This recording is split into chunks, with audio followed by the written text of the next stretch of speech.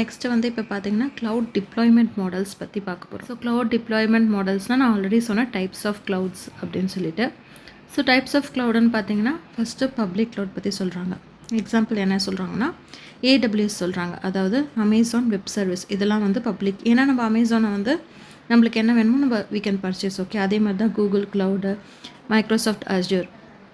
For example நீங்கள் Google க்ளவுடில் போய் assess பண்ணால் கூட அதுலேயே நிறைய இருக்கும். உங்கள் ஜிமெயில் மட்டும் இல்லாமல் you will be also having your sheets, excel, doc, அப்புறம் வந்து meeting you can setup. So இது மாதிரி நிறையா இருக்குது. We are not giving any money, right? So அது வந்து பப்ளிக்காக தான் நம்ம யூஸ் பண்ணுறோம். So that is a public க்ளவுடுன்னு சொல்கிறாங்க. நெக்ஸ்ட்டு வந்து அதோடைய யூஸ் கேஸ். ஸோ எதுக்காக அது யூஸ் பண்ணுறாங்கன்னா cost efficient. Obviously we are not paying anything. அப்போ அது வந்து காஸ்ட் எஃபிஷியண்ட்டாக இருக்கும் அப்படின்னு சொல்கிறாங்க. இதில் சேலஞ்சஸ், அதாவது டிஸ்அட்வான்டேஜ், அதுக்கு என்ன சொல்கிறாங்கன்னா செக்யூரிட்டி கன்சர்ன்ஸ் தான் இருக்கலாம். பிகாஸ் ஆப்வியஸ்லி அது பப்ளிக்னா there will be more number of people accessing, right? So அப்போ வந்து செக்யூரிட்டி இஷ்யூஸ் வந்து இருக்கும் அப்படின்னு சொல்கிறாங்க. ஸோ இந்த டயக்ராமில் the public cloud is providing lot of services. ஓகேவா? யூசர் என்ன வேணுமோ they will access that one. So next topic is a private cloud. Okay, so இப்போ வந்து பப்ளிக்காக எப்படி இருக்குன்னு சொல்லிட்டாங்க. ஸோ நெக்ஸ்ட் வந்து ப்ரைவேட் க்ளவுட் வந்து நம்மளுக்கு என்ன தேவையோ அந்த ஆர்கனைசேஷன், ஃபார் எக்ஸாம்பிள் டிசிஎஸ்னால் அது ஒரு தனி ஆர்கனைசேஷன். உங்கள் காலேஜ் ஒன்று இருந்துச்சுன்னா அது தனி ஆர்கனைசேஷன், ரைட்? ஸோ அவங்களுக்குன்னு வந்து especially they are providing certain demanded, அவங்க என்ன கேட்குறாங்களோ அதுக்கேற்ற மாதிரி கொடுத்தாங்கன்னா that is called private cloud. So example என்ன சொல்கிறாங்கன்னா பேங்க் ஸ்பெசிஃபிக் க்ளவுட் இன்ஃப்ராஸ்ட்ரக்சர், அப்புறம் VMware வர்ச்சுவல் மிஷின் அந்த இது யூஸ் பண்ணியிருக்காது. ஸோ இதெல்லாம் வந்து எக்ஸாம்பிள்ஸாக சொல்கிறாங்க. ஃபார் எக்ஸாம்பிள் SBIனா தனி க்ளவுட் இருக்கும், அது மாதிரி கூட we can have. ஸோ அதை அவங்க சொல்கிறாங்க.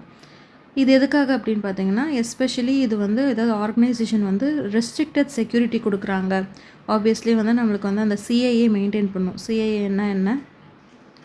ஸோ CIAனா ஆப்வியஸ்லி வந்து கான்ஃபிடென்ஷியாலிட்டி, இன்டெகிரிட்டி, அசசபிலிட்டி, இல்லாட்டி சம்டைம் அவைலபிலிட்டின்னு கூட சொல்லுவாங்க. ஓகே, ஸோ இந்த மூணுமே அவங்க வந்து மெயின்டைன் பண்ண ஒரு ஆர்கனைசேஷன். ஸோ அதில் வந்து செக்யூரிட்டி இஷ்யூஸும் எதுவும் வராமல் பார்த்துக்கணும்.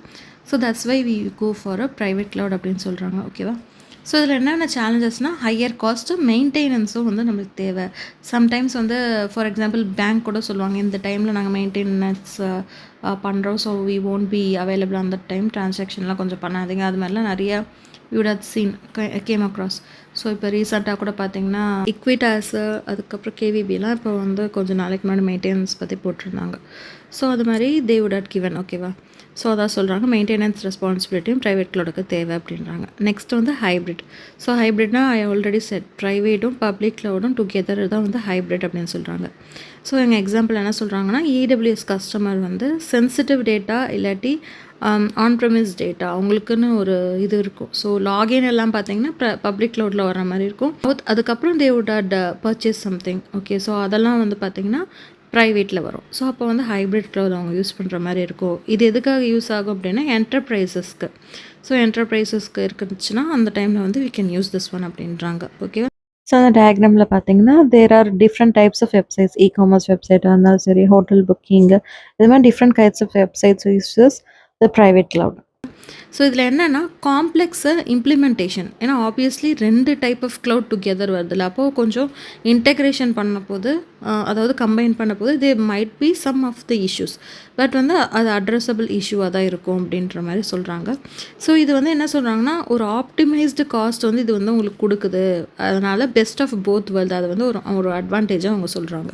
Community cloud. ஸோ கம்யூனிட்டி க்ளவுடுக்கு வந்து நான் ஆல்ரெடி எக்ஸாம்பிள் சொல்லியிருந்தேன். கவர்மெண்ட் ஏஜென்சிஸ்லாம் வந்து கம்யூனிட்டி க்ளவுட் வச்சுருப்பாங்க அப்படின்னா இட்ஸ் நத்திங் பட் கொலாபரேஷன்ஸ் இருக்குது. ஓகேவா?